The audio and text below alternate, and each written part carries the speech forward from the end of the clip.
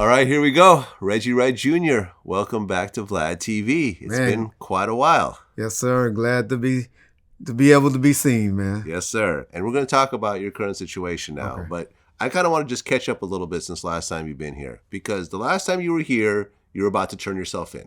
Correct. Okay.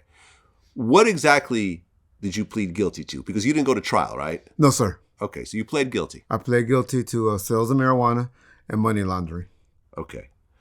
And I guess that at one point you had your own, weed shop, right? I did. Dispensaries. I had two. Dispensary. I had one in Gardena. I'm sorry, Garden Grove, and in Long Beach.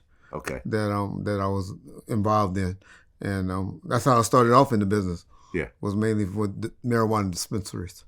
Okay, but those actually ended up going out of business. Well, the cities, not the feds or the state. The cities kept closing me down, the code enforcement departments, because cities didn't want it in their communities at that time. And we're talking about 2010, 2011, 2012, where they were hard, where now they're a little bit more lenient, right? With the marijuana dispensaries. Okay, and I guess after your shops closed down, you continued to do some marijuana business.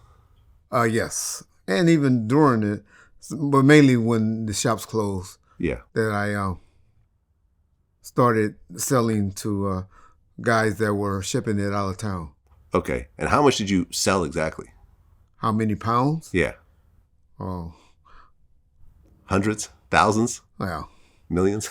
It wasn't that major, but it was 3 to 4 pounds a week. Okay. Maybe 5 pounds a week. Okay. That were going out of town. Got it. How did that whole thing unravel? Like, who got caught that basically led back to you? I was dealing with some gang members, mainly in the state of Tennessee, Memphis, Tennessee. I was dealing with some guys that were associated with some guys from Watts called the Great Street Crips. I only was dealing with mainly 2 guys from Great Street Crips and Watts. The guys in Memphis I didn't know at all. And so they were connected and dealing with guys that was in Memphis. And those who I started the relationship with were the guys in Watts. Okay. So the guys in Memphis got busted. The ATF was on them. Yeah. For guns and the gang activities, how federal task force gets on you. Yeah. That led back to you. It led back to me. You got arrested. Through, the game members from Great Street. Yep. You got arrested and you got charged. Correct. And you pled guilty. Yes, sir. You didn't try to take this to trial. I didn't try to take it to trial. If you took it to trial, how many years were you facing? Probably about 7. 7 years. Okay. Your dad was tied up into this thing also. He was tied up with it, and only because of his love for Reggie Wright Jr. What I mean by that, he allowed me to have a checking account. Because I had several checking accounts, because that's how I was getting the money back. But I had this checking account with him 2007 before I even thought about selling some marijuana, which helped because it showed the patterning that I had the checking account and I was using it and paying bills out of my account, my house note, everything from that account. Yeah. But it was in his name because, quite frankly, I had got kicked out of the Bank of America for some reason. And I used his checking account. Okay. And so now he's tied in. Yeah, now he's tied into the money laundering. Now he's tied into the money laundering part. Ultimately, what happened to him? Nothing. So they dropped everything. They didn't drop it.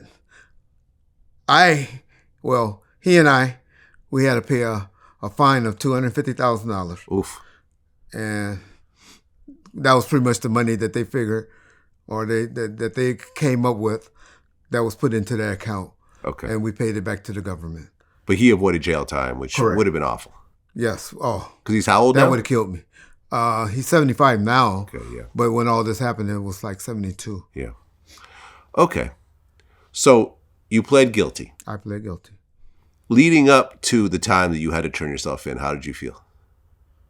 I was scared. I mean, when I was doing the interviews with you, I think I expressed to you that I was concerned. I knew that I wasn't going to be doing major time because, my lawyer was telling me that I shouldn't do no more than 3 years for marijuana and all of that. It came out, when you first get indicted, how the government comes after you. Like I was doing all type of things, guns, but that was people I was associated with had those particular charges on them. Yeah. And it made it seem like I was involved in that. But once, thank God, the investigators investigated and did their due diligence, they found out I was just the marijuana guy. Okay. And how many years did you plead, the deal that they gave you? They gave me 18 months and 2 years of federal probation. 18 months, so only a year and a half. A year and a half. Okay, and 2 years of probation. Yes. Okay. Well, in the government, I think the judge, because he didn't know pretty much about the deal that was been in place. Once the prosecutor told him that forfeited $250,000, I think the judge was like, okay. Okay. Okay.